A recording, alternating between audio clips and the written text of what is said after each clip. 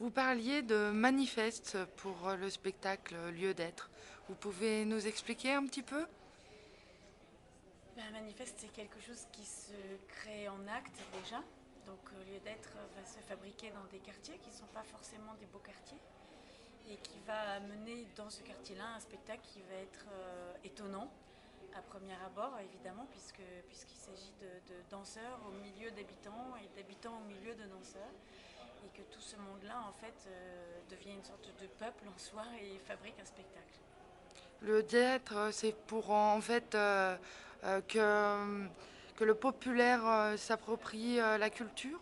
Non, c'est pour que l'être humain s'approprie la culture et que la culture serve à cultiver l'humanité des humains. Voilà, ça pourrait être une bonne base de départ.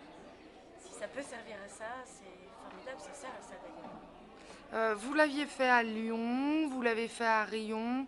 Euh, Est-ce que c'est toujours le même spectacle? C'est toujours la même histoire qui se raconte.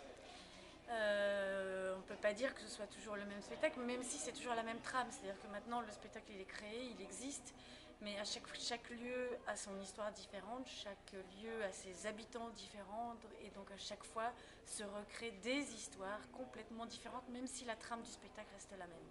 Et à Vienne, quelle ambiance, quel rapport avec les gens vous avez eu? Bah, Vienne, c'était déjà un tout petit quartier par rapport à Lyon où on arrivait de deux bars gigantesques où les gens se parlent très peu. Donc là, on arrivait dans un tout petit quartier très cosmopolite avec des populations très différentes, un espace tout petit. Donc forcément, on était, nous, plongés au cœur d'une chose qui grouillait de vie. Et voilà, on est venu se nourrir en fait de ça. Mais la première chose qui nous a marqué, c'est ça, c'est la vitalité qu'il y avait partout, la vie, les enfants qui couraient partout. Et puis au final, une incroyable leçon de vie, une incroyable leçon d'accueil de tous ces gens qui se sont habitués à nous, se sont appropriés le spectacle au point où c'était devenu leur spectacle. Comment vous avez eu cette idée-là? Alors on ne sait pas comment viennent les idées,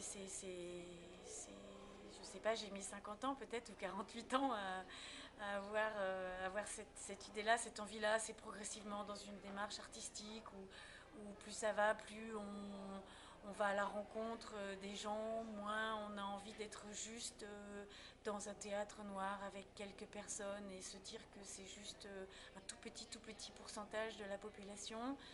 Plus on revient à ses propres envies à soi aussi, qui sont de se dire que si un jour on n'avait pas rencontré l'art, on serait probablement pas l'être humain qu'on est aujourd'hui.